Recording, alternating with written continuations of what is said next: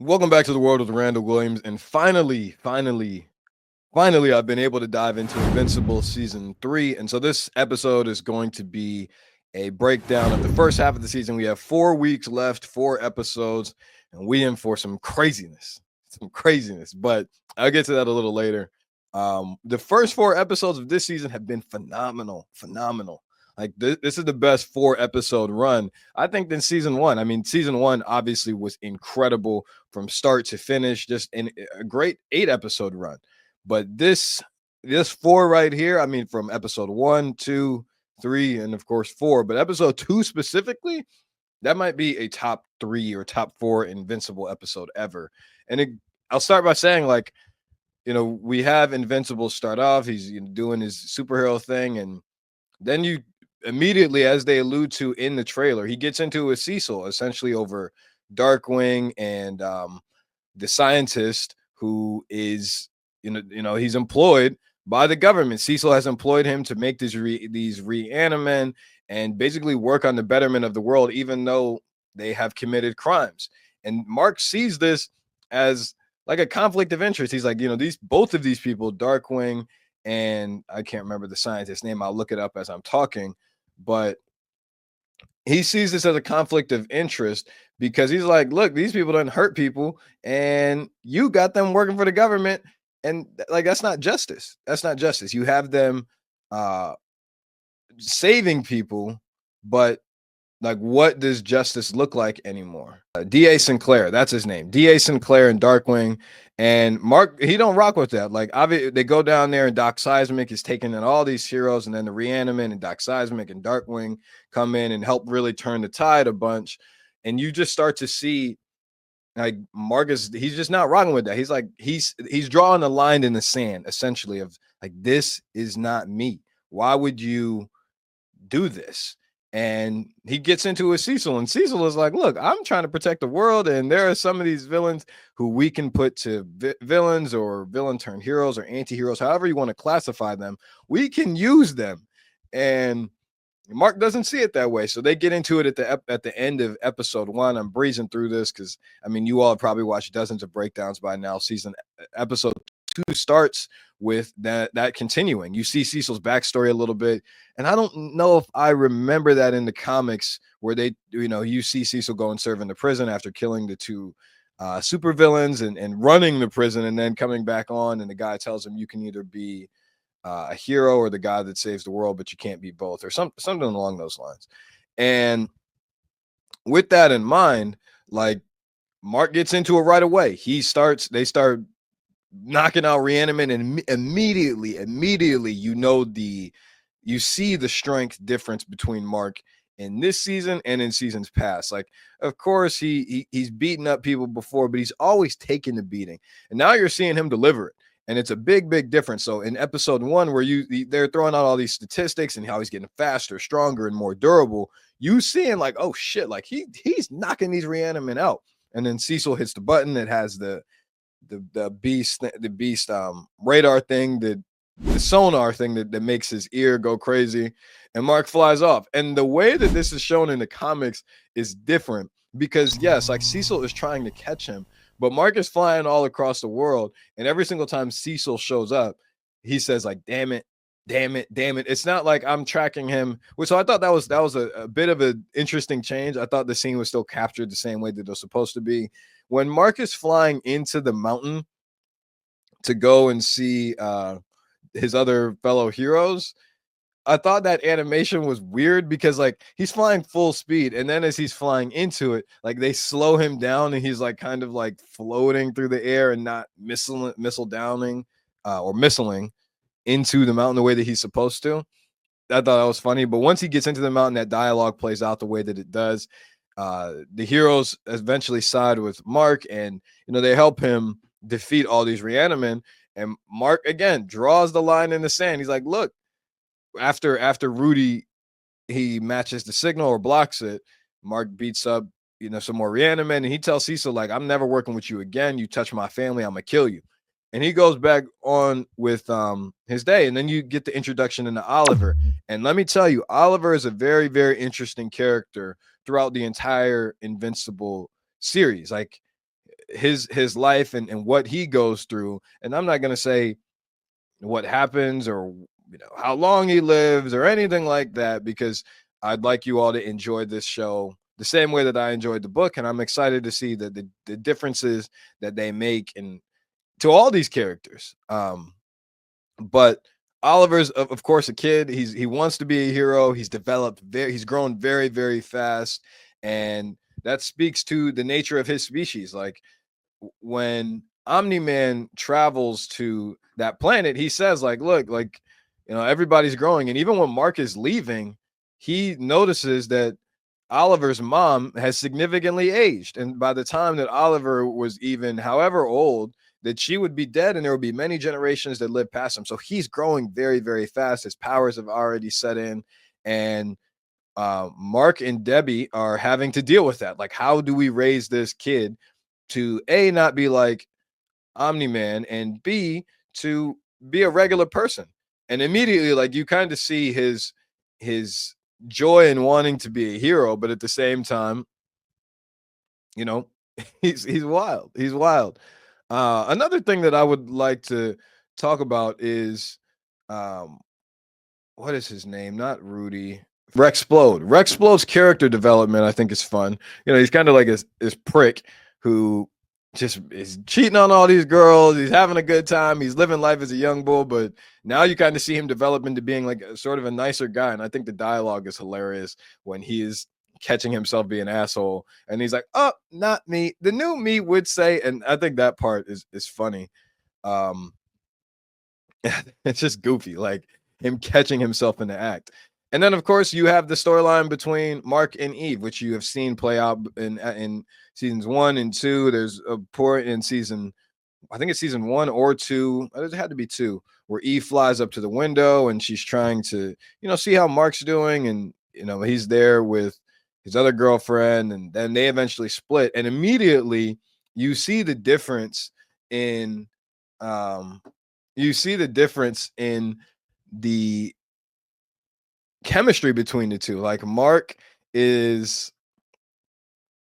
he cannot manage a regular human girlfriend because he's having to fly all over the world and he's having to fly to Mars and he's going on space missions, and he just isn't able to give her that time. At any point in time, there's a threat. And so when he's with Eve, like at first, Eve pushes back because the only reason that Mark reaches out is because, when he goes to the future with or not when he goes to the future, but when he's fighting, the other Eve comes in and says, like, give her a chance or just don't let her wait. And then that gives him the push to say something. And of course he tells Eve that, and Eve is like, hold on now, like, this the only reason you trying to holler at me? And it takes her some time, but then she eventually warms up to it, and immediately they have chemistry. They have chemistry from the start. And I think it's nice to see that, like, to see that piece that Mark has found with Eve in comparison to, like, with Amber, when, like, he's running all over and Amber's like canceling the date, and she's trying to understand, but like, they're kids. Like, I think they say Mark is 19, and like that's just not feasible. It's not feasible at all.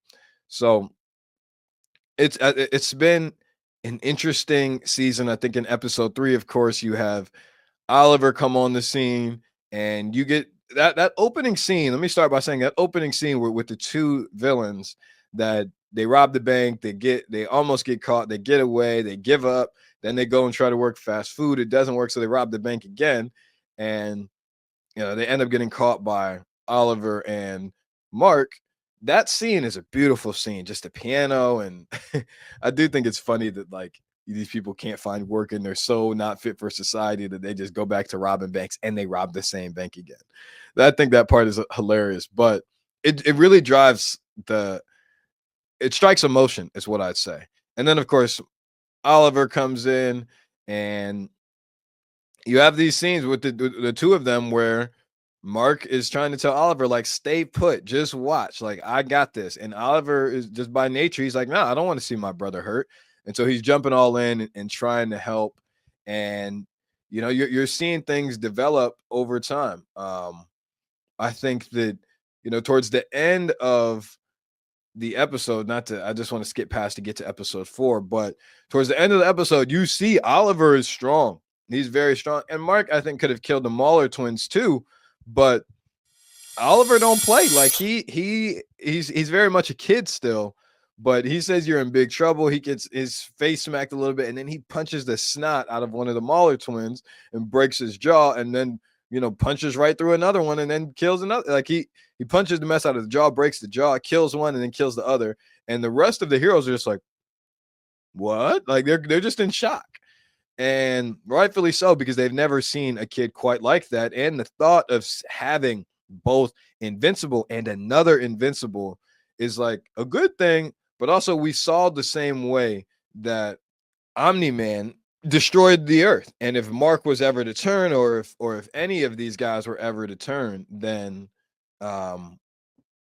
it scares them. It scares them. And I think that towards the end, you see someone in Mark who's just like, what the fuck? Like, what are you doing? And you see Oliver when he's flying off and crying and Mark is scolding him.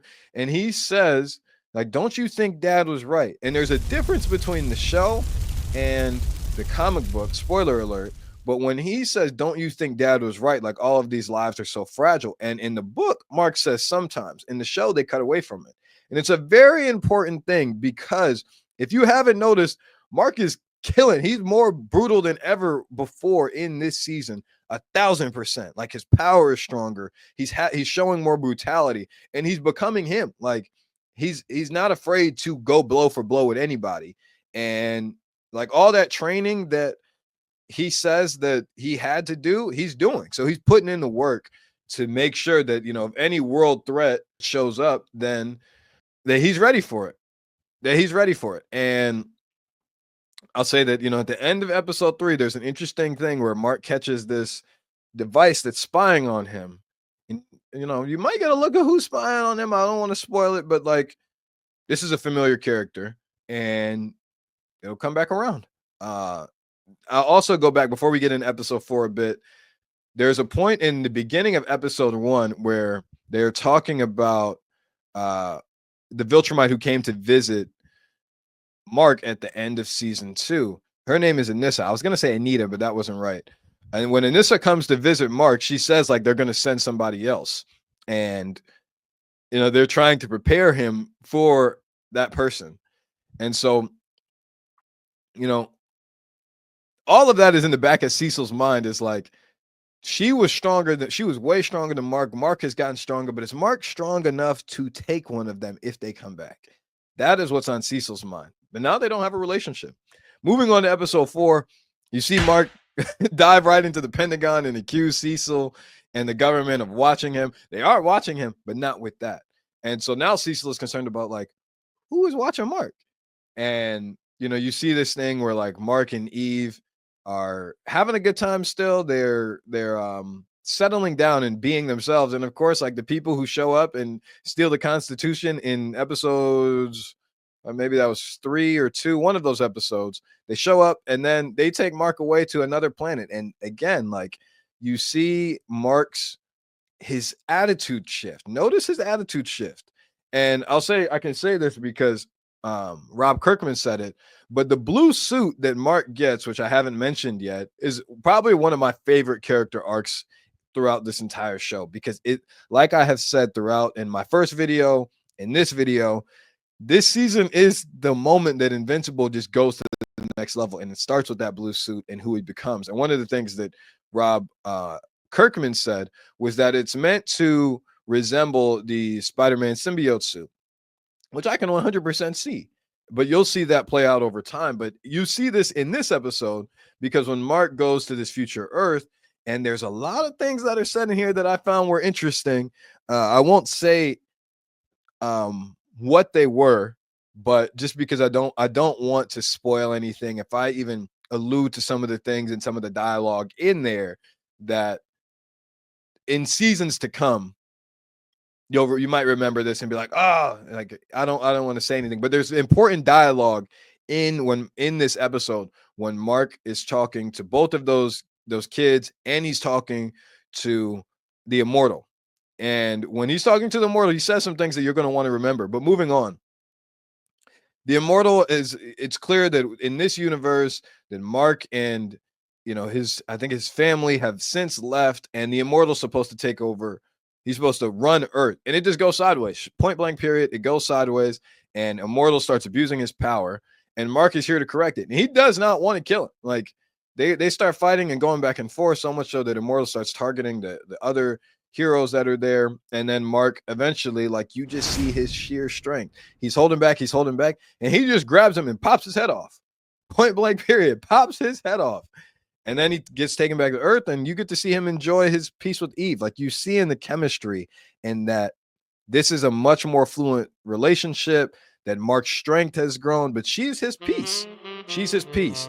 And, they go back and do adult things in the bedroom. And then you get to flash to Omni-Man and Alan the alien in the prison. And it's clear, like, Alan is strong. He's trying to plead with Omni-Man.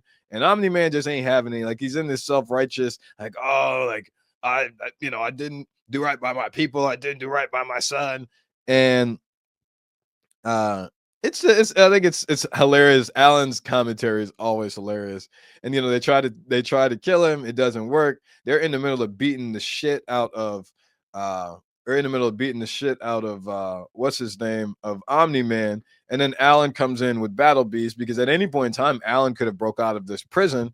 And when he eventually does, he goes to Battle Beast, and you start to see the real strength of Battle Beast. Like, Battle Beast in season 1 is like, damn, like he knocking him out like that. But now, like, you see Battle Beast fighting, some Viltrumites in there, and he's holding his own. And you're going to want to remember that as well. Like, Battle Beast is easily, I'd say, like a top 10 most powerful character in the show. There might be some people who put him higher, but he's top 10, 1,000%. And then you see, of course, Omni-Man, fighting. You see Alan fighting, and both of them are strong, but they're not clearing this guy. And it goes to show, like, these Viltrumites are strong. And eventually they take him, they take him out in space, and they both hit that iconic comic book scene where they punch him, and his brain, they turn his head into a sandwich eventually. And then Battle Beast is fighting the other one out there, and you see Omni-Man say that there's a secret, that there's only one ship, and there's not that many Viltrumites left in the universe. And that's an important detail that you'll have to remember moving forward, because as you can see, like, when Viltrumites die, there ain't too many of them to send elsewhere. And we've seen a bunch of them die. Like, we saw 3 of them die when they showed up on the insect planet. You see 2 more of them die here. And so that's 5 of them that are dead now. And there's going to be people who are going to be asking questions. That's what I'll say to that. Like, you have not met who runs the Viltrumites. You met some important people, but you haven't met the top dogs. And you will. And so that's my recap of the first 4 episodes. I didn't want to go too much into detail on things, because, like, I'm 2 weeks late on this a little bit. And there's more in-depth breakdowns out there that will break down every nitty-gritty detail. I think that I'd like to stay spoiler-free. Towards the end of the season, I will go back and break down some things for those of you who are interested in that. But these last 4 episodes, don't be late. Don't be late, especially to episodes 7 and 8. I'll say the only thing I'm going to say as far as episodes 7 and 8 is these title cards mean something. These title cards mean something. Like, in season 1, you had the blood splatter. In season 2, you had the piece of the old costume break into the new one. And now you have these flashes that are showing different Invincible colorways. They mean something. I'll say that much. But you're going to be introduced into some interesting characters for the rest of the season. And it's very important. Like, these last 2 episodes, again, are going to be earth-shattering. They are going to be insane. And even episodes 5 and 6, there's going to be some interesting characters in that too. You're going to see Mark develop more into who the character he is. You'll see his strength. You'll see Eve's strength. You'll see a lot of different characters. And you'll see some characters whose stories might come to an end. Point blank, period. But Invincible is off to a phenomenal start. There were some reviews, when they sent out the first 6 episodes, and there's a reason they did not send out the last 2.